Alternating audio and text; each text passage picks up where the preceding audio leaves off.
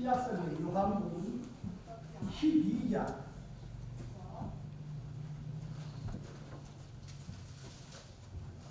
12장 34절부터 37절 말씀까지 보시겠습니다. 제 성경 페이지는 169페이지입니다.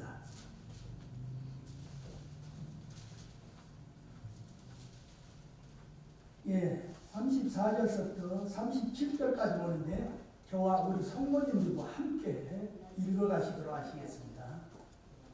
다 같이 시작. 이에 무리가 대답하되 우리는 율법에서 그리스도가 영원히 계신다고 들었거늘 너는 어찌하여 인자가 들려야 하리라 하느냐. 이 인자는 누구냐. 예수께서 이르시되 아직 잠시 동안 빛이 너희 중에 있으니 빛이 있을 동안에 다녀 어둠에 붙잡히지 않게 하라. 어둠에 다니는 자는 그 가는 곳을 알지 못하느니라. 너희에게 아직 빛이 있을 동안에 빛을 믿으라. 그리하면 빛의 아들이 되리라. 예수께서 이 말씀을 하시고 그들을 떠나가서 숨으시니라. 이렇게 많은 표적을 그들 앞에서 행하셨으나 그를 믿지 아니하니. 아멘. 네, 잠깐 기도하고 말씀 전하겠습니다. 좋으신 우리 아버지 하나님, 지난 밤도 저희들 잘 쉬었다가 이렇게 사랑하는 귀한 복된 교회 위에 이렇게 주님 앞에 나와서 예배드리게 됨을 감사드립니다. 모든 범사에 주님의 인도하심과 함께하심의 축복이 있게 하옵소서. 오늘도 좋은 하루가 되기를 원하며 이 시간은 드리는 예배를 통해 주님 영광 받아 주시옵시고 부족한 종의 입술을 통해 말씀이 전해질 때 성령님의 도우심과 축복이 있게 하옵소서. 이 안시아 모든 영광 주 앞에 드렸고 우리 주 예수 그리스도의 이름으로 기도합니다. 아멘. 예, 오늘 말씀은 빛의 자녀란 말씀으로 함께 은혜를 나누고자 합니다. 우리 예수님은 십자가의 죽음에 대해서 정확하고 분명하게 그분은 알고 계셨습니다. 그래서 사랑하는 제자들에게 그 죽음에 대한 의미와 영광 그리고 죽음의 여러 가지 그 축복을 여섯 가지로 설명을 해 주셨습니다. 첫째, 예수님의 죽음은 땅에 떨어져 썩는 하늘의 미랄과 같은 것입니다. 둘째는 십자가의 죽음은 고통이지만은 하나님의 뜻이고 섭리고 계획인 것입니다. 셋째는 예수님의 죽음은 하나님 아버지의 이름을 영화롭게 하는 것입니다. 넷째는 십자가의 죽음은 하나님께는 영광이고 사람들에게는 구원과 영생과 축복을 주는 것입니다. 다섯째는 예수님의 죽음은 세상 임금을 휴방하는 것입니다.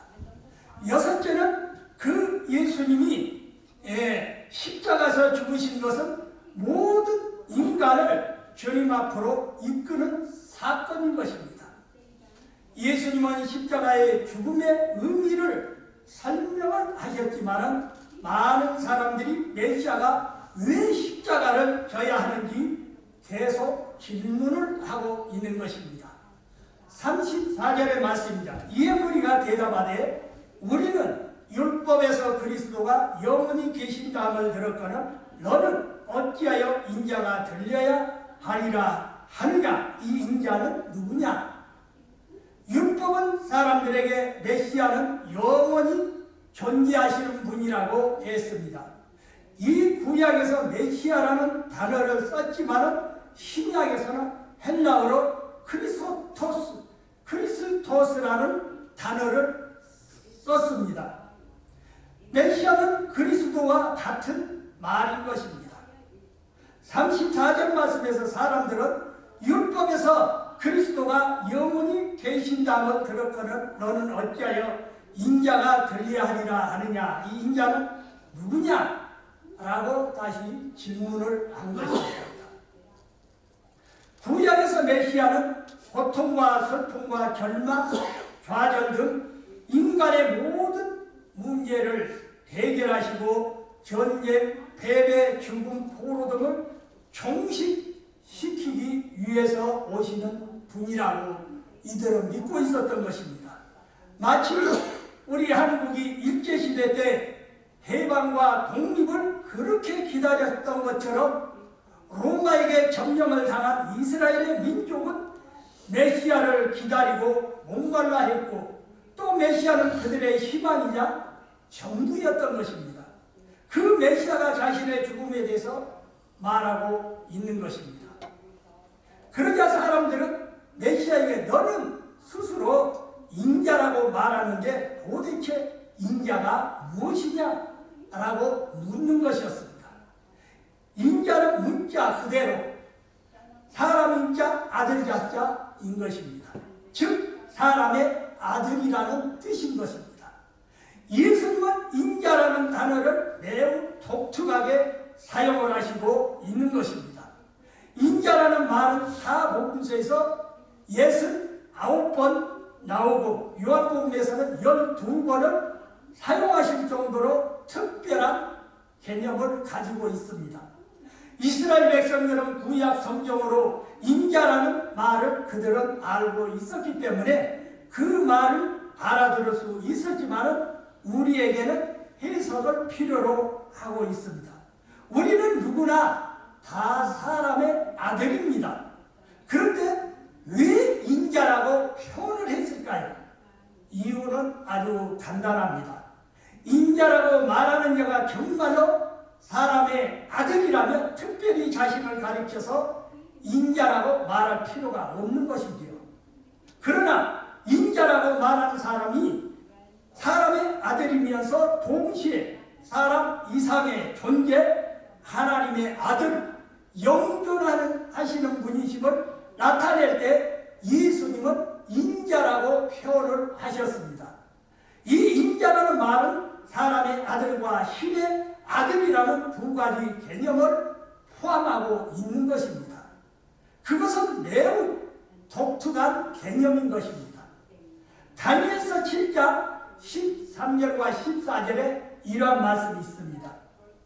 내가 또 밤 이상 중에 보았는데 인자 같은 이가 하늘 구름을 타고 와서 옛적부터 항상 계신 자에게 나와 그 앞에 인도되매 그에게 권세와 영광과 나라를 주고 모든 백성과 나라들과 각 방언하는 자로 그를 섬기게 하였으니 그 권세는 영원한 권세라 옮기지 아니할 것이요 그 나라는 패하지 아니할 것이라. 이 말씀에 나오는 사람을 자세히 살펴보면 그는 사람이지만은 우리가 말하는 보통 사람이 아님을 우리가 알 수가 있습니다.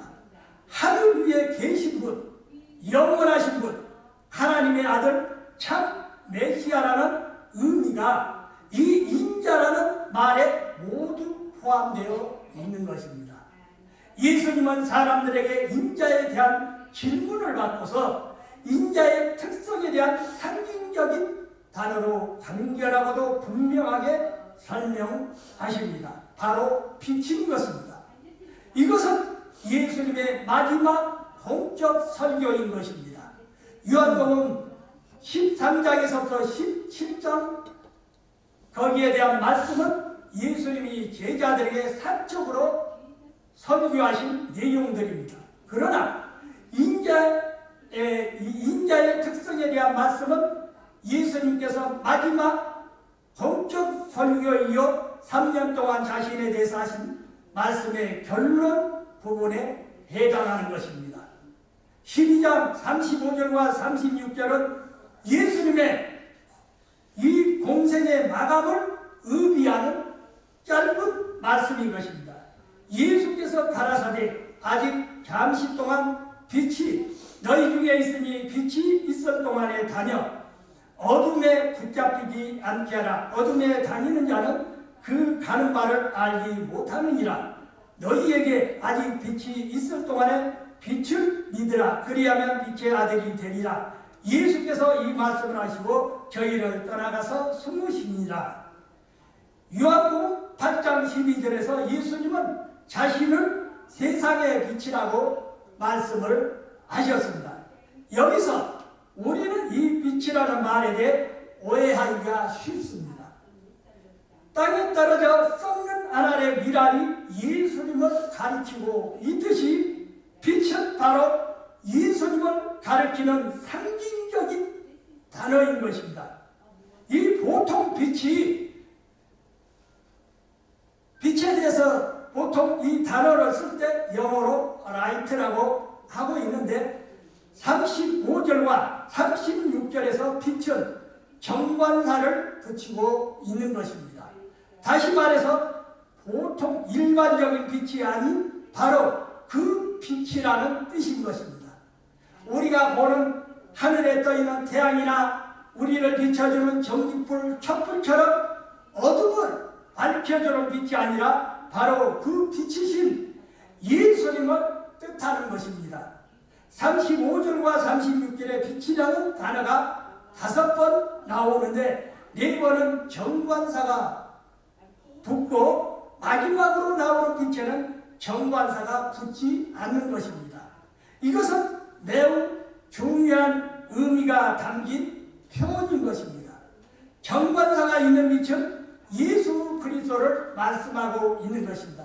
정관사가 없는 빛은 우리가 보통 말하는 일반적으로 말하는 어둠을 밝혀주는 빛을 말하는 것입니다. 그러나 바로 그 빛이신 예수님은 자신에 대해 4가지의 메시지를 남기신 것입니다. 첫째, 바로 그 빛이신 예수 그리스도께서 육체로 잠시 동안 사람들과 함께 하시겠다고 말씀하십니다. 이 메시아는 영원하시고 예수 그리스도도 영원하십니다. 그러나 사람의 아들로 오신 메시아는 곧 십자가에 못 박혀 죽게 되기에 이제 사람들과 함께 있을 시간이 얼마 남지 않았다는 것입니다. 잠시 동안 너희와 함께 있겠다라는 말씀은 메시아는 곧 십자가에 못 박혀 죽게 된다라는 뜻을 가지고 있는 것입니다. 우리 주님은 영원하십니다. 그러나 인간의 아들로 오신 우리 예수님은 인류의 죄를 위해서 십자가를 지시는 이 메시아는 영원히 이 지상에 있지 않습니다. 때가 차면 그분은 제자들의 곁을 떠나게 됩니다. 우리는 잠시 동안이란 이 말에 대해서 한번 새겨보아야 합니다. 즉 예수님은 잠시 동안 이 지상에 계시다가 하늘로 가실 분이라는 것을 아시기 바랍니다. 둘째, 예수님은 빛이 있는 동안 어둠에 붙잡혀 살지 않도록 조심하라고 말씀하셨습니다. 이 빛이란 어둠의 반대의 개념인 것입니다. 어둠의 특징은 길을 찾을 수가 없다는 것입니다.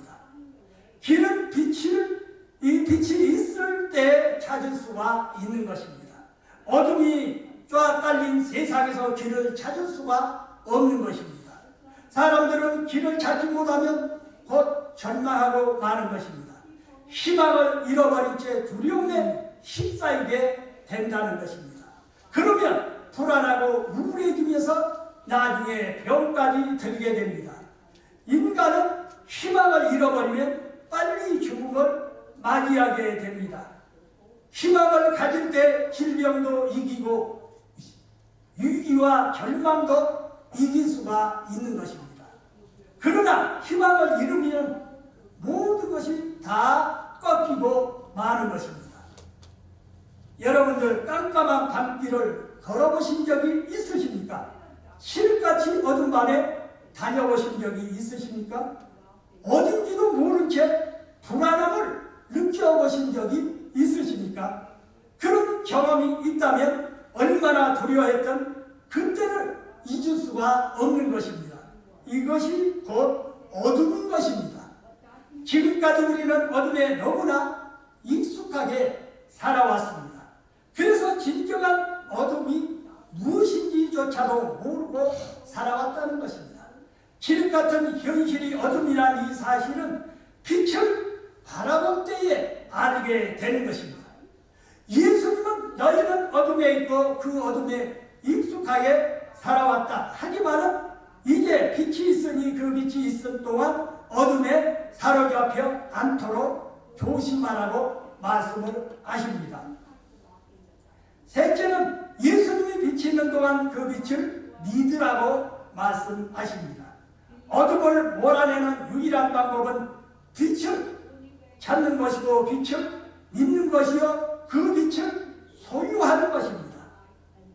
자신 안에 있는 이 어둠과 저주와 절망과 좌절과 이 죽음의 세력을 몰아내는 방법은 어떤 철학이나 논리가 아니고 학문이나 돈도 아니요 명예나 권력도 아닌 것입니다. 오직 빛만이 그 세력들을 몰아낼 수가 있는 것입니다. 빛이 있는 동안 어둠은 결코 존재할 수가 없는 것입니다. 추우면 우리가 온기가 있는 곁으로 가게 됩니다. 배가 고프면 밥을 먹으면 됩니다. 배고픈 사람이 입으로 아무리 내 배고픈 귀신아 물러가라고 애치더라도 배고픔은 여전한 것입니다. 우리가 외로움을 느낄 때 사람을 만나면 됩니다. 외롭다고 하면서 사람 만나는 것을 꺼려하고 거부한 채 상대방 비판만 일삼고 있다면 더욱 더 외로워지는 것입니다. 제가 보기에 외로움은 본인 스스로 만들고 있다고 생각합니다. 이 사람도 싫고 저 사람도 싫다면 모두 쫓아버린다면 항상 외로울 수밖에 없는 것입니다. 빛과 어둠은 절대로 공존하지 못합니다. 빛을 비추면 어둠은 즉시 사라지는 것입니다. 선과 악도 마찬가지입니다. 하나님과 사탄은 공존할 수가 없습니다. 성령님과 귀신도 공존할 수가 없습니다. 지금 이 순간에도 예수님은 우리에게 단호하게 말씀하십니다. 빛이 있는 동안 그 빛을 믿으며 받아들이라고 그분은 말씀하십니다. 넷째, 우리가 빛 안으로 들어와 살면 빛의 아들이 된다고 말씀하셨습니다. 세상에 두 종류의 사람이 살아가고 있습니다. 빛의 자녀와 어둠의 자녀인 것입니다. 어둠의 자녀는 가인의 후예들입니다. 그들은 착하게 살고 싶어도 마음먹은 대로 되지를 않는 것입니다. 마음속에는 부정과 비판과 음란, 거짓 등 어둠의 세력이 독버섯처럼 계속 자라나고 있기 때문인 것입니다. 자신도 모르게 저주와 죽음과 어둠의 세력에 지배를 당하게 되어 있는 것입니다. 그러나 빛의 자녀는 하나님을 섬기고 하나님의 일꾼이 되는 것입니다. 상상도 못할 새로운 삶을 살아가게 되는 것입니다. 예수님은 이와 같이 설명을 해 주셨지만 사람들은 그 말씀의 뜻을 알아듣지를 못했습니다. 이 말씀의 어려와 문구는 알고 있었지만 속뜻은 알지를 못했다는 것입니다. 사람들은 하나님의 음성을 들어야 하지만 불신앙 때문에 듣지 못한 채 살고 있는 것입니다. 불신앙이란 단순히 이성적이고 지성적인 현상이 아니라 영적인 현상인 것입니다. 불신앙의 깊은 곳에 어둠의 영이 있다는 것입니다.